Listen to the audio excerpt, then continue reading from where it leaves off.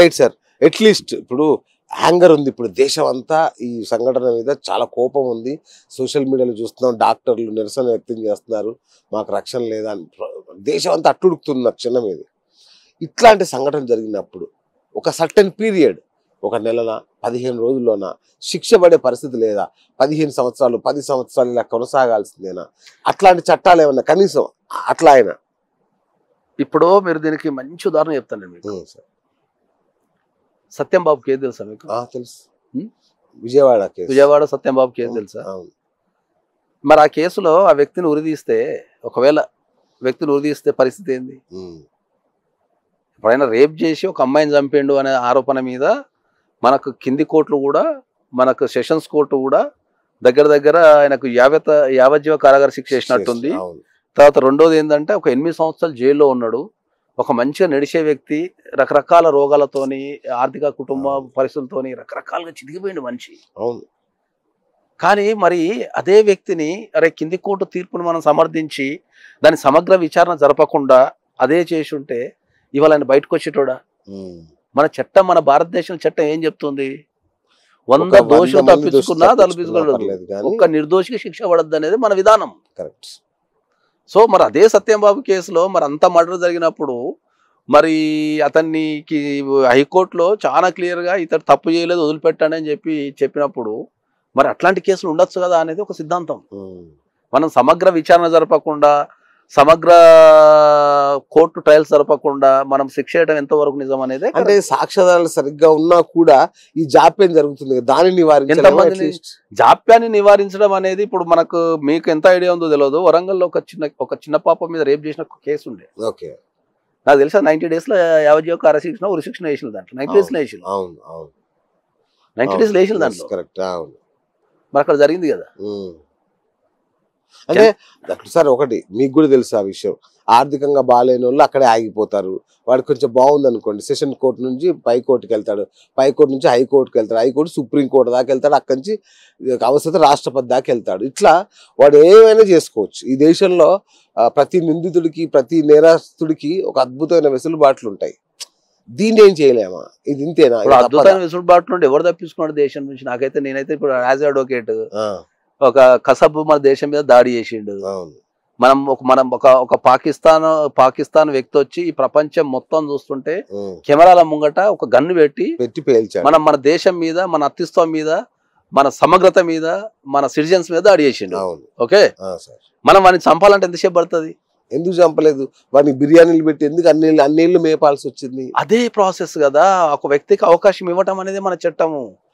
వాడు తప్పు చేసిండని లాస్ట్ కి అయితే ఉరిదీసిండు కదా.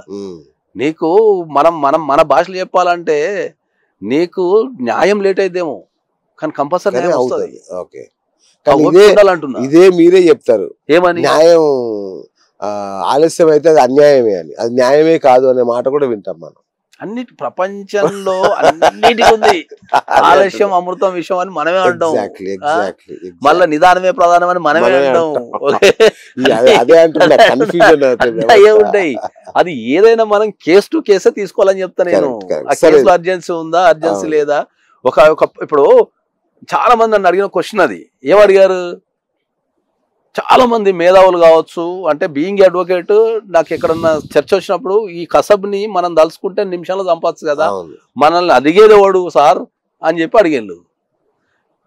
మన దేశం కదా, మన మీద దాడి జరిగింది కదా అని చెప్పి వాడిని చట్ట ప్రకారం మనం ఉరిదీయకపోతే, వాడిని చంపాలనుకుంటే ప్రపంచం దృష్టిలో భారతదేశం విలువ పోతుంది. నీ ఇంటి వరకు నువ్వు ఇంట్లో కూర్చొని కసబ్ని చంపేచ్చు కదా అంటావు. మరి ప్రధానమంత్రి పీఠం మీద కూర్చున్న వ్యక్తి ప్రపంచ దేశాలతో ముచ్చట పెట్టాలి. ముచ్చట పెట్టేటప్పుడు మీ దేశంలో ఏదో జరిగిందంట కదా అంటే ఎంత ప్రాబ్లం ఉంటది. సో ఒక విషయాన్ని డిసైడ్ చేయడానికి చాలా ఫ్యాక్టర్స్ ఉంటాయి. రైట్, ఆ ఫ్యాక్టర్ నుంచి చూడాలి మనం. రైట్ సార్, కోల్కతా విషయానికి వద్దాం. ఇప్పుడు ఏం జరగబోతుంది ఈ కేసులో? ఇప్పుడు సుప్రీంకోర్టు మనకు సుమోటాగా తీసుకుంది కాబట్టి నాకు తెలిసి రేపు హియరింగ్ ఉంది సుప్రీంకోర్టులో. సో రేపు హియరింగ్ ఉంటుంది. నాకు తెలిసినంత వరకు అయితే దాన్ని స్పీడీ ట్రయల్కి పెట్టేస్తారు. ఓకే, నాకు తెలిసి ఓకే, దాన్ని స్పీడీ ట్రయల్ పెట్టేసి దానికి ప్రత్యేకమైన, ఎందుకంటే సుమోటో కింద తీసుకున్నప్పుడే దాని సీరియస్నెస్ అర్థమవుతుంది కాబట్టి అంతే కదా. దాన్ని సుమోటో కింద తీసుకున్నప్పుడు ఏంటంటే స్పీడీ ట్రయల్స్ వ్యవస్థలు వస్తాయి, పరిగెత్తాల్సిందే. అవును, స్పీడీ ట్రయల్స్ వస్తుంది. రెండోది వచ్చేసి మనకు హానెస్టీ ఇన్వెస్టిగేషన్ జరుగుతుంది. జరుగుతుందా సార్? సుప్రీంకోర్టు అంటే పర్యవేక్షణలో ఇప్పుడు నేను అదే చెప్తా, నేను ఈ దేశంలో ఎవరికి కష్టం వచ్చినా కూడా, నేను 100 సార్లు నాది రిపీటెడ్ డైలాగ్ ఇది, ఈ పుట్టుకకు, మన మానవ పుట్టుకకు ఎవరికి కష్టం వచ్చినా చివరికి కాపాడేది కోర్టే. అవును. రేపు పొద్దున ఒక ప్రధానమంత్రికి కష్టం వచ్చి గవర్నమెంట్ లో ఇబ్బంది ఎదురైనా కూడా మళ్ళీ ఆయన పోయి ఎక్కడ కూర్చోవాలా? విధి విధానాలు ఎవరు రూపొందించాలా? ఒక గవర్నమెంట్ ఒక విధి విధానాలు రూపొందించి దాన్ని క్యాన్సిల్ చేసే అధికారం ఎవరికి ఉంది? ప్రజలకు ఏమైనా ఇబ్బంది కలుగుతుంది అనుకో, ఆ చట్టాన్ని క్యాన్సిల్ చేసే అధికారం ఎవరికి ఉంది? చట్టాన్ని మార్చే అధికారం ఎవరికి ఉంది? న్యాయస్థానమే. సో అదే న్యాయస్థానానికి కేసు చేరింది కాబట్టి నాకు తెలిసి స్పీడీ ట్రయల్ చేసి దాన్ని సరైన ఎవరైతే దీనికి బాధ్యులు ఉన్నారో, ఎప్పుడైతే సుప్రీంకోర్టు ఇన్వాల్వ్మెంట్ అవుతుందో ఆ ఇన్వెస్టిగేషన్ లో రాష్ట్ర ప్రభుత్వం పాత్ర కూడా వచ్చేస్తుంది. ఇక మొత్తం ఇక supreme court is the superior. So దాంట్లో ఎవరినైనా అడగలిగే శక్తి, అటు గవర్నమెంట్ అడగలిగే శక్తి, అటు ఇన్వెస్టిగేషన్ ఆఫీసర్లు అడగలిగే శక్తి, సమాజానికి ఆన్సర్ చెప్పాల్సిన శక్తి, ఆ బాధ్యత అంతా ఇప్పుడు సుప్రీంకోర్టు తీసుకుంది. కాబట్టి నాకు తెలిసి డెఫినెట్లీ సుమోటో కింద తీసుకున్నారు కాబట్టి ఇమ్మీడియట్లీ స్పీడీ ట్రయల్ ఒకటి ఉంటుంది ఇమ్మీడియట్లీ. ఎందుకంటే దేశంలో న్యాయం ఉంది, కంపల్సరీ మనకు ఎవరైనా అన్యాయం చేస్తే వాళ్ళకి మేము శిక్షిస్తామని చెప్పడానికైనా సరే సుప్రీంకోర్టు ఇంటర్ఫియర్ అయింది కాబట్టి డెఫినెట్లీ వాళ్ళకి శిక్ష అవుతుంది. నిజంగా మంచి పరిణామం సార్, సుప్రీంకోర్టు ఇన్వాల్వ్ అవ్వడం మంచి పరిణామం. ఇకనైనా ఇలాంటి అభయ లాంటి మరో ఉభయనో ఇంకేదో జరగకుండా చర్యలు ఏమైనా తీసుకునే అవకాశం ఉంటుందా? కొత్త చట్టాలు వచ్చే అవకాశం? వాడికి కొన్ని వందల చట్టాలు రూపొందించారు. అవును, నిర్భయ జరిగినప్పుడు చట్టాలు వచ్చినాయి, దిశ తర్వాత రకరకాల చట్టాలు మాట్లాడుతున్నాము, రకరకాల కమిటీలు వేశారు, రకరకాల చట్టాలు ఉన్నాయి. ఎగెయినిస్ట్ వైలెన్స్ ఎగెయినిస్ట్ ఉమెన్ అయితే నేనైతే నా అభిప్రాయం ఏంటంటే మగోడే మారాలని చెప్తా. Super sir. మళ్ళీ మీద ఉన్నారు, కరెక్ట్. ఏ గవర్నమెంట్ చేయదు, దానికి ఏ కోర్టు చేయదు, ఏం చేయదు. నువ్వు మొగోడు మారి నువ్వు సాటి ఆడవాళ్ళని గౌరవించే స్థాయికి వచ్చేస్తే, నేను ఏమంటా అంటే ఇప్పుడు ఎక్స్ప్రెస్ చేయటం వేరు. డెమోక్రసీ వేలో నీకు ఎవరన్నా అమ్మాయి నచ్చింది అనుకో, డెమోక్రసీ వేలో నువ్వు ఎక్స్ప్రెస్ చేయి. ఓకే, వాళ్ళు రిజెక్షన్ చేసిన అనుకో, వదిలిపెట్టాయి. లవ్ చేయటం వేరు, వైలెన్స్ చేయటం వేరు. ఎక్స్ప్రెస్ చేయటం అనేది నీ హక్కు. అరే ఒక అమ్మాయి నస్తే అరే బై ఐ లవ్ యూ అని చెప్పు, ఆ అమ్మాయి ఇంట్రెస్ట్ ఉంటే ఓకే అంటది, లేదంటే వద్దురాబాయ్ అంటే ఏదో ఆడికి అయిపోతుంది. ప్రేమించుకోవడం కూడా వేరు. ప్రేమించుకున్నప్పుడు చిన్న చిన్న గొడవలు వాళ్ళకలు అవి ఉంటే అది క్రైమ్, అగెనిస్ట్ క్రైమ్ అనలేం దాన్ని. వాంటెడ్లీ మనం చేసేదాన్ని వైలెన్స్ అగెనిస్ట్ ఉమెన్ అంటాం. ఆ ఉమెన్ కి మనం వైలెన్స్ చేయకూడదు. మనం ఇంతకుముందు మనం సింహం అన్నాం కదా, మనం సింహం లెక్కనే బతుకుదామని చెప్తా నేను. ఇవాళ ఎవరన్నా ఆడపిల్లల్ని చూస్తున్నా సిగ్గు అనిపిస్తుంది తెలుసా? నీ అమ్మ మనం మొగజాతి ఆనిముత్యాల కింద ఉండాలి కానీ ఆడపిల్లల్ని ఇబ్బంది పెట్టుకుంటా వాళ్ళని చేసుకుంటా వాళ్ళ మొగట మనం దోషిగా నిలబడాలి సార్. నేను చెప్తున్నా కదా, ఎవరన్నా గనక ఆడపిల్లల్ని ఇబ్బంది పెట్టే ఉద్దేశం ఉంటే, లేకపోతే ఇప్పుడు ఏదన్నా మీ మధ్యలో ఇప్పుడైనా జరుగుతుంటే ఇమ్మీడియట్లీ రాఖీ పండుగ సందర్భంగా వెళ్ళి వాళ్ళని కన్ఫెస్ చేసి సారీ చెప్పండి. మీరు సగం నిద్రపోతారు ఇంటికి. సూపర్. రాఖీ పండుగ సందర్భంగా నేను ప్రజలందరూ మన మొగజాతి ఆనిముత్యాలు అందరికీ చెప్తానా, మీ జీవితంలో ఉన్న ప్రతి అమ్మాయి దృష్టిలో మీరు హీరోగానే బతకండి తప్ప ఒక గలీజ్ వ్యక్తి కిందనో లేకపోతే చేతగాను కిందనో దోషిగాను నిలబడకండి అని చెప్తున్నా నేను. హీరో అనేటోడు తెర మీద కాదా, హీరో అనేటోడు తెర మీద కాదు ఉండాల్సింది. నీ జీవితంలో నీ కుటుంబ సభ్యులనో లేకపోతే నీ చుట్టుపక్కల సమాజంలో ఉన్న లేడీస్నో నువ్వు కాపాడి వాళ్ళ దృష్టిలో ఎప్పటికీ హీరోగా ఉండిపోదప్ప గలీజ్ పనులు చేసి వాళ్ళని ఇబ్బంది పెట్టి లేకపోతే వాళ్ళకి ఇంకోటి చేసి వాళ్ళ మనసులో గలిస్తానం వాళ్ళని చూసి నెగిటివ్ తెచ్చుకోకని చెప్తాను. వండర్ఫుల్ సార్, నిజంగా రాఖీ పండుగ అందరూ చెప్తున్నాను. కరెక్ట్, నిజంగా. అంటే ఒక పురుషుడు మారితేనే పురుషుడు మారితేనే ఈ సమస్యకు పరిష్కారం ఉంది. ఎన్ని చట్టాలు ఈ ఒక ప్రధానమంత్రి పిలిపిస్తే నిలబడతారు, లేకపోతే ఒక సీఎం పిలిపిస్తే నిలబడతారు కదా. ఒక కామన్ వ్యక్తి నేను పిలిపిస్తున్నా కదా, నేను ఆడపిల్లను కాపాడుతా అని చెప్పి డీపీ పెట్టుకోండి ఒక రోజు అన్న, ఒక్కరోజు పెట్టుకోండి. నేను నా చుట్టుపక్కల నేను నా కుటుంబ సభ్యులను కానీ నా చుట్టుపక్కల నా ఆడపిల్లలను కానీ నేను వాళ్ళకి రక్షణగా నిలబడతా. నేను నిలబడతా యాజ్ ఎ హ్యూమన్ బీయింగ్, లేకపోతే as a brother, as a lover, ఏ పాత్ర నేను యాజ్ ఎ ఫాదర్ నేను నిలబెడతాను, ఒక్కరోజు డీపీ పెట్టుకోండి చాలు. yes. ఆ డీపీ వల్ల మీ చుట్టుపక్కల జనాలకి అరే వీడు నా కోసం ఉన్నాడు, నా కోసం నిలబడతాడు వీడు అనే ఒక ఫీలింగ్ తెప్పించి సరిపోతుంది. వచ్చేస్తుంది మీ సమాజంలో మార్పు వస్తుంది. Wonderful sir, wonderful.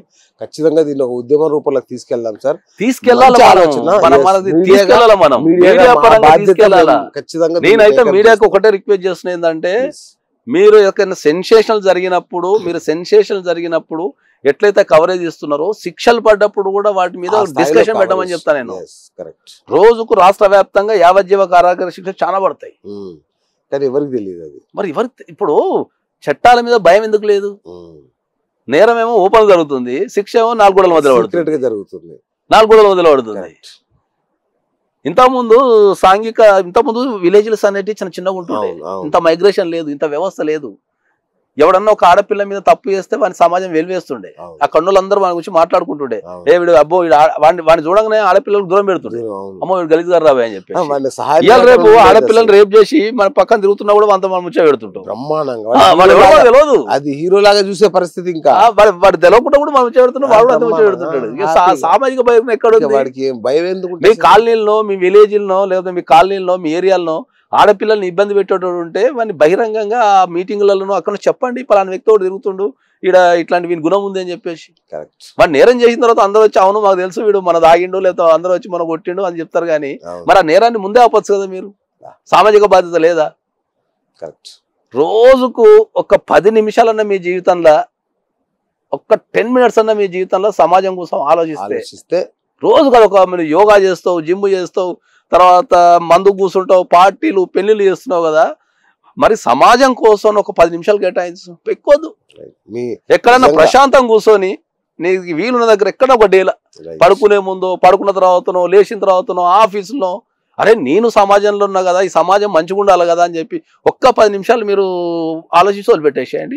కరెక్ట్ 100 రోజుల్లో మీలో మార్పు వచ్చేస్తుంది.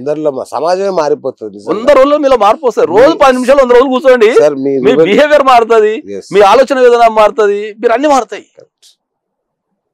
ఇవన్నీ మరి ఎందుకు చేస్తాం లేదు? మరి ఇది అందరు ఎవరు నేర్పాలా? ఇక మనమే ఉద్యోగం. అందుకే ఉంది కాబట్టి మీరు చెప్పండి అందరికి. ఖచ్చితంగా చెప్తాం సార్. మీ చుట్టుపక్కల ప్రతి వ్యక్తికి, ప్రతి మగవాడు నేను మీకు రక్షణ ఉన్నా అని చెప్పి మీరు డీపీ పెట్టుకోండి. అది కలకత్తా కేసుకి మీకు న్యాయం జరిగినట్టే. అది కరెక్ట్. ఈ ప్రపంచంలో ఉన్న ప్రతి మగవాడు ఒక డీపీ పెట్టుకోమని చెప్పండి. ఆడపిల్లలకు రక్షణ నేను ఉన్నా అని చెప్పి, నేను హీరోని అని చెప్పి పెట్టుకోమని చెప్పండి. మీ దమ్ముంటే మీకు కలకత్తా కేసు న్యాయం జరిగినట్టే. దమ్ముంటే సార్ కనీసం 10% అన్న నీకు నువ్వు డీపీ పెట్టుకోగలిగితే 10% క్రైమ్ తగ్గుతుంది. ఒక్క ఆడపిల్లని రక్షించేది చాలు మనం. ఒక్క ఆడపిల్ల. కరెక్ట్. నీ జీవితంలో ఎవరన్నా ఇబ్బంది ఇప్పటికైనా పెడుతుంటే పోయి వాళ్ళకి క్షమాపణ పోయి, నీ కొలీగునో లేకపోతే నీ కాలనీ మేట్నో, మీ ఊర్లో ఉన్న అమ్మాయినో నువ్వు ఏదైనా వేరే రకంగా చూసింటే పోయి వాళ్ళకి క్షమాపణ పోయి, నేను నిన్ను ఇట్లా చూసినా, లేకపోతే నిన్ను ఇట్లా అనుకున్నా కాబట్టి తప్పు అవుతుంది క్షమించు అని చెప్పి కాళ్ళ మీద పడిపోయి. Hats off sir. మీ రివల్యూషనరీ థాట్ ప్రాసెస్ నిజంగా మగోడు మారాలి సార్. ఎన్ని చెప్పినా కూడా మగోడు మారితేనే ఆడదానికి రక్షణ ఉంటుంది. Right sir.